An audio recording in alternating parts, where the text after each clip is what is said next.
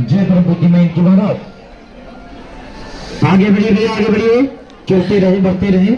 जय श्री श्याम, जय मनोना धाम। आप सभी श्याम भक्तों का स्वागत है एक नई वीडियो में, एक ताज़ा अपडेट के साथ। तो इस वाली वीडियो में उन श्याम भक्तों के लिए बहुत ही महत्वपूर्ण जानकारी हम देने वाले हैं जो श्याम भक्त पहली बार आ रहे हैं या फिर पहले भी कई बार आ चुके हैं, दोबारा से महाराज जी से मिलना चाहते हैं, दोबारा से अपनी अर्जी लगाते हैं, और जो श्याम भक्तों की अभी तक अर्जी स्वीकार नहीं हुई है, उनकी मनोकामना पूरी नहीं हुई है, उन श्याम भक्तों के लिए बहुत ही ज़्यादा महत्वपूर्ण जानकारी हम देने वाले हैं। और जो श्याम भक्त यहाँ पर 13 फरवरी से लेके 30 मार्च के बीच में आ रहे हैं या फिर आना चाहते हैं या फिर प्लानिंग कर रहे हैं या फिर टिकट बुक करना चाहते हैं या फिर उन्होंने टिकट बुक कर लिया है, तो उन श्याम भक्तों के लिए तो बहुत ही ज़्यादा महत्वपूर्ण जानकारी हम देने वाले हैं। जैसे कि महाराज जी अभी के टाइम पर बैठ रहे हैं, नहीं बैठ रहे हैं, 13 फरवरी से लेके 30 मार्च के बीच में महाराज जी कब कब धाम पर बैठेंगे और कब कब धाम पर नहीं बैठेंगे, आपको जानना जरूरी है। क्योंकि दोस्तों आप दूर दूर राज्यों से, अलग अलग शहरों से, दूर दूर से यहाँ पर आते हो।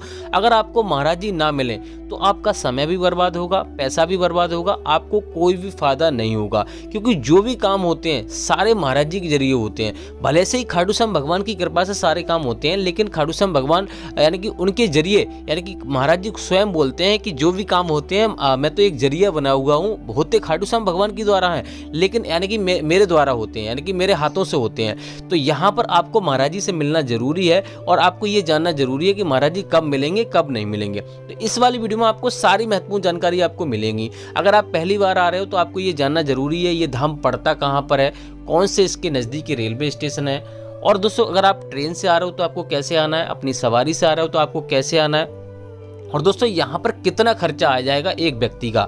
अगर यहाँ पर आप आ रहे हो, अपने बच्चे बुजुर्गों के साथ आ रहे हो, किसी मरीज को लेकर आ रहे हो, तो कहाँ पे आपको ठहरना है, कहाँ पे आपको फ्री में ठहरना है, कहाँ पे आपको पैसा दे के ठहरना है, और दोस्तों यहाँ पर अगर होटल में रुकोगे तो कितना खर्चा आएगा, और धर्मशाला में रुकोगे तो कितना खर्चा आएगा, और दोस्तों फ्री में रुकोगे तो कितना खर्चा आएगा, और खाने पीने का कितना खर्चा आएगा। और दोस्तों आपको सबसे बड़ी चीज़ ये है कि यहाँ पर दोस्तों इतनी भीड़ होती है कि एक एक दिन में लगभग 5-5 लाख श्रद्धालु यहाँ पे आ जाते हैं। तो कैसे आपको लाइन में लगना है जिससे कि आपको भीड़ का सामना ना करना पड़े, और दोस्तों कैसे आपको टोकन प्राप्त करना है जिससे कि आपको लाइन में ही ना लगना पड़े। क्योंकि दोस्तों यहाँ पर 3 लाइनें लगती हैं, एक टोकन की, एक महाराज जी की, एक मंदिर की। तो यहाँ पर कैसे आपको लाइन में लगना है, कैसे क्या करना है, और कैसे आपको अर्जी लगानी जिससे कि आपको पहली बार में ही फायदा हो जाए।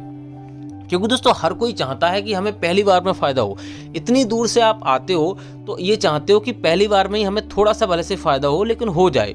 तो यहाँ पर कैसे आपको अर्जी लगानी है, कौन कौन से नियमों का पालन आपको करना है जिससे कि पहली बार में ही फ़ायदा हो जाए, क्या वास्तव में यहाँ पे महाराज जी चमत्कार दिखाते हैं, क्या वास्तव में यहाँ पे कल्याण होते हैं। तो हम आपको ये बता दें कि यहाँ पर 100% चमत्कार होते हैं और 100% फ़ायदा होता है। लेकिन शर्त यह है यहाँ के कुछ नियम, कायदा, कानून होते हैं, उनको अगर आप अच्छी तरह से फॉलो कर लोगे तो आपको जरूर फ़ायदा हो जाएगा। लोग यहाँ पर आते हैं और बिना जानकारी के यहाँ पर आते हैं तो उनको क्या करते हैं, बहुत सारे गलत काम कर लेते हैं, गलत यहाँ तरीके से यहाँ पे अर्जी लगा देते हैं, कभी कुछ कर देते हैं, तो उनकी मनोकामना पूरी नहीं होती। फिर वो कहते हैं भैया यहाँ पे कोई फ़ायदा नहीं हुआ, मनोना धाम गए, ऐसे वैसे बहुत सारे लोग कमेंट करते हैं। तो ये जानना जरूरी है कि सारे नियमों का पालन कैसे करना है, कैसे नहीं करना है। अगर आप सच्चे मन से यहाँ पे अर्जी लगाओगे, सारे काम करोगे तो 100% फ़ायदा होगा। तो पूरी वीडियो आपको जानना है, यानी कि पूरी वीडियो आपको देखनी है, आपको पूरा समझ में आ जाएगा। अगर आपने वीडियो काट काट के देखी, अधूरी करके, यानी कि अधूरी वीडियो देखी, छोड़ के गए, तो आपको कुछ भी समझ में नहीं आएगा। फिर मत कहना भैया हमें बताया नहीं, क्योंकि दोस्तों वीडियो को किसी भी पार्ट में मैं आपको बता दूंगा महाराज जी इतनी तारीख से इतनी तारीख को नहीं बैठेंगे। तो चलिए दोस्तों वीडियो को शुरू करते हैं। सबसे पहले जान लेते हैं आखिर धाम ये पड़ता कहाँ पर है। क्योंकि दोस्तों सबसे पहले यहाँ पर आपको आना होता है। अगर आप पहली बार आ रहे हो तो ये उत्तर प्रदेश राज्य के बरेली जिला में पड़ता है। गांव का नाम है मनोना और तहसील का नाम है आंवला।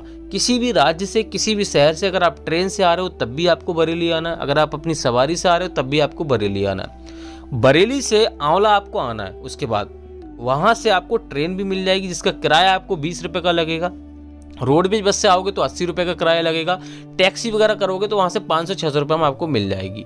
तो आराम से यहाँ पर आपको आंवला आ जाना, आंवला से आपको मनोना धाम आ जाना। लगभग 1 से 1.5 किलोमीटर का रास्ता पड़ता है आंवला और मनोना धाम का। तो यहाँ पर आने के बाद आपको पहला काम क्या करना रहता है, तो दोस्तों घर से अगर आप प्लानिंग कर रहे हो तो आपको एक बात का विशेष ध्यान रखना है, आपके मन में ये विचार बिल्कुल भी नहीं आना चाहिए कि यहाँ पर हमारी अर्जी स्वीकार होगी या नहीं होगी, हमारा कल्याण होगा नहीं होगा, क्या वास्तव में यहाँ पर कुछ ऐसा होता है या नहीं होता। ऐसे विचार आपको नहीं लाना, सच्चे मन से पूर्ण आस्था के साथ आपको आना है। ये आपको दृढ़ निश्चय कर लेना कि हाँ महाराज जी आप ही हमारी समस्या दूर करेंगे, खाटू श्याम भगवान आपकी शरण में आ रहे हैं, आपको करना ही पड़ेगा। आप करोगे तब भी ठीक है, नहीं करोगे तब भी ठीक है, क्योंकि महाराज जी और यहाँ पे भगवान खाटू श्याम भगवान आपके कोई पैसे के लालच के भूखे नहीं है, उनके पास सारा कुछ है। तो आपको ये विचार आपको नहीं करना है, पहले तो ये दृढ़ निश्चय आपको कर लेना है। दूसरी बात यह है कि अगर आप मीट मछली खाते हैं तो वो आपको नहीं खानी है, इस बात का विशेष ध्यान रखना है। फिर मत कहना भैया मैं बताया नहीं। और दोस्तों यहाँ पर आप एक दिन में दर्शन करना चाहते हो तो आपको सबसे पहले आपको सुबह में पहुंचना है। अगर आप सुबह में यहाँ पे पहुंच जाओगे तो आपको एक दिन में दर्शन होने के चांसेस रहते हैं। अब दोस्तों बात करते हैं सुबह में पहुंचने के बाद सबसे पहले आपको क्या करना होता है। देखो दोस्तों यहाँ पर सबसे पहले आपको स्नान करना है। अगर आप स्नान करने में सक्षम नहीं हो तो हाथ मुंह धोकर आराम से आपको श्याम जल की बोतल आपको खरीद लेनी है, जो कि आपको 20 रुपये में आपको मिलेगी। छोटे वाले मंदिर के जस्ट पास में ही आपको दुकान मिल जाएगी, वहाँ से ही आपको बोतल खरीद लेनी है। उसके बाद किसी भी दुकान से जाकर, आप बहुत सारी दुकानें यहाँ पर मिल जाएंगी, वहाँ से आपको प्रसाद खरीदना है और अर्जी फॉर्म खरीदना है। यहाँ पे प्रसाद आपको 51 या फिर 101 रुपये से शुरू हो जाता है, आप वो डिपेंड करता है आप कौन सा वाला लेना चाहते हो। और दोस्तों अर्जी फॉर्म आपको 10 रुपये में आपको मिलेगा। अर्जी फॉर्म में ही आपको सारी जो भी समस्या है वो बारीकी से आपको लिख देना है। अगर आपको अर्जी फॉर्म भरना नहीं आ रहा तो दुकान वाले भैया से बोल दीजिए, आराम से वो भर देंगे। बाकी दोस्तों यहाँ पर अर्जी फॉर्म लेने के बाद आपको यहाँ पे अगर आप टोकन लेना चाहते हो तो टोकन वाली लाइन में आपको लगना है। यहाँ पर मैंने आपको बता दिया 3 लाइनें लगती हैं, एक मंदिर की लाइन लगती है, एक महाराज जी की लाइन लगती है, एक टोकन की लाइन लगती है। और तीनों ही लाइन यहाँ पे सुबह 4 बजे से लगना शुरू हो जाती हैं। तो यहाँ पर अगर आप टोकन लेना चाहते हो तो आपको यहाँ पे छोटे वाले मंदिर और बड़े वाले मंदिर के जस्ट सामने आपको हेलीपैड की तरफ जाना है, वहाँ से आपको लाइन में लग जाना है। लेकिन दोस्तों आपको विशेष ध्यान रखना है, टोकन उन्हीं लोगों को मिलता है जो ज़्यादा गंभीर होते हैं, विकलांग हो गए या फिर चल नहीं सकते या फिर कोई और ज़्यादा समस्या है, तो उन लोगों को टोकन मिलता है। और टोकन का कोई भी पैसा आपको नहीं देना पड़ता है। जो आपने अर्जी फॉर्म में 60 रुपये रखने होते हैं, यानी कि 1 रुपये उसमें रखा हुआ होता है और 60 रुपये उसमें रखने होते हैं, 61 रुपये की अर्जी लगती है, उसी से आपको टोकन मिल जाता है। और जो अर्जी फॉर्म होता है उसी पे मोहर लगाई जाती है, तो वही टोकन माना जाता है। लेकिन दोस्तों अगर आपको टोकन नहीं मिलता है तो यहाँ पर आपको महाराज जी की लाइन में आपको लग जाना है। अगर आपका मरीज सक्षम नहीं है तो किसी स्वस्थ व्यक्ति को लाइन में लगा दीजिए, जब आपका नंबर आए तो आपको बुला लेना है। ऐसे आप यहाँ पे कर सकते हो। बाकी दोस्तों यहाँ पर ज़्यादा गंभीर है, कोई आप एम्बुलेंस वगैरह लेके जा रहे हो तो आप डायरेक्ट दरबारियों से बात कीजिए। महाराज जी की दरबारी है, वो महाराज जी खुद यहाँ पर देखने आएंगे आपकी गाड़ी में ही, आपको चिंता करने की ज़रूरत नहीं है। बाकी दोस्तों यहाँ पर जो टोकन अगर आपको मिल जाता है तो गेट नंबर 1 पे आपको जाना होता है। लगभग 10 से 15 मिनट में आपका नंबर आ जाएगा, आराम से आपको अंदर कर लिया जाएगा और ज़्यादा से ज़्यादा 1 घंटा लगेगा। बाकी दोस्तों यहाँ पर कोई निश्चित समय नहीं होता। महाराज जी की जब लाइन लग जाती है, कभी कभी 2 घंटे में नंबर आ जाता है और कभी कभी यहाँ 14-14 घंटे लग जाते हैं। अगर आप सुबह में पहुँच जाओगे तो लगभग यहाँ पे 2-3 घंटे के बाद आपका नंबर आ जाएगा, ये निश्चित होता है।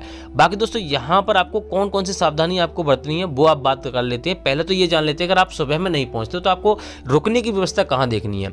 देखो दोस्तों यहाँ पर जगह जगह होटल बने हुए हैं, जगह जगह यहाँ पर रैन बसेरा बने हुए हैं और यहाँ पर धर्मशाला भी है। अगर आप धर्मशाला में रुकना चाहते हो तो 1000 से लेके 3000 रुपये का खर्चा आएगा। और होटल में रुकोगे तो यहाँ पर राधेश्याम गेस्ट हाउस बना हुआ है शुरू में मनोना धाम में ही, वहीं पे आप रुक सकते हो, जिसमें 800 रुपये से लेके 1800 रुपये का खर्चा आएगा। एक कमरे में लगभग 7 से 8 लोग, यानी कि 7 से 8 लोग रुक सकते हैं, आपको कोई दिक्कत नहीं होगी। बात करते हैं खाने पीने की, तो यहाँ पे लगभग 60 से 70 रुपये का खाना मिलता है, ज़्यादा में ज़्यादा 150 रुपये का शुद्ध शाकाहारी भोजन मिलता है। फ्री में रुकना चाहते हो तो जगह जगह टीन सेट पड़े हुए हैं, यानी कि रैन बसेरा बने हुए हैं, वहाँ पे आप फ्री में रुक सकते हो, आपको कोई चार्ज नहीं देना पड़ेगा। और दोस्तों अगर आप जहाँ से प्रसाद लिया है वहाँ पर भी रुकने की व्यवस्था होती है, वहाँ पर भी आपको दुकानें बनी हैं, वहाँ पर भी आपको फ्री में रुकने की व्यवस्था है, लेकिन शर्त यह है आपको प्रसाद वहीं से खरीदना है। अब दोस्तों बात करते हैं सावधानी आपको क्या क्या बरतनी है। महाराज जी के पास जैसे ही आप जाओगे आपको जो भी समस्या है वो बारीकी से आपको बता देनी है। दूसरी बात यह है श्याम जल का जो सेवन है वो आपको सुबह 4:30 बजे से लेके दोपहर के 11:55 से पहले आपको किसी भी एक टाइम आपको श्याम जल का सेवन कर लेना है, कभी भी गैप नहीं करना है, इस बात का विशेष ध्यान रखना है। और यहाँ पर आपको मैंने आपको बता दिया कि यहाँ पर आपको कभी भी ऑनलाइन अर्जी नहीं लगानी है, ऑनलाइन श्याम जल नहीं मंगाना है, और कभी भी यहाँ से लेके श्याम जल लेके जा रहे हो तो आपको कभी भी ट्रेन में पैरों के तले या ऐसी जगह आपको नहीं रखनी है, और यहाँ से कभी भी आपको किसी रिश्तेदारी में नहीं जाना है और सीधे अपने घर जाना है। और श्याम जल का सेवन जो जल होता है वो आप अपने घर में भी छिड़काव कर सकते हो, जिससे कि नेगेटिव एनर्जी दूर रहती है। लेकिन विशेष ध्यान रखना है, यहाँ से सीधे अपने घर ही जाना है, कहीं पे रास्ते या फिर किसी रिश्तेदारी में आपको नहीं जाना है। इस बात का विशेष ध्यान रखना। अब दोस्तों बात करते हैं महाराज जी अभी के टाइम पे बैठ रहे हैं नहीं बैठ रहे हैं, और कब से कब तक बैठेंगे और कब से कब तक नहीं बैठेंगे। पहले तो हम आपको बता दें महाराज जी यहाँ पे वेडनेसडे और ट्यूसडे यानी कि बुधवार और मंगलवार को धाम पर नहीं बैठते हैं। इस दिन सिर्फ कोई बड़ा त्योहार हो गया, कोई एकादशी का त्योहार हो गया, तभी महाराज जी धाम पर बैठते हैं। अगर आप इस दिन आ रहे हैं तो आपको नहीं आना। बाकी दोस्तों महाराज जी यहाँ पर अभी के टाइम पर बैठ रहे हैं, लेकिन सिर्फ 15 फरवरी तक ही महाराज जी धाम पर मिलेंगे।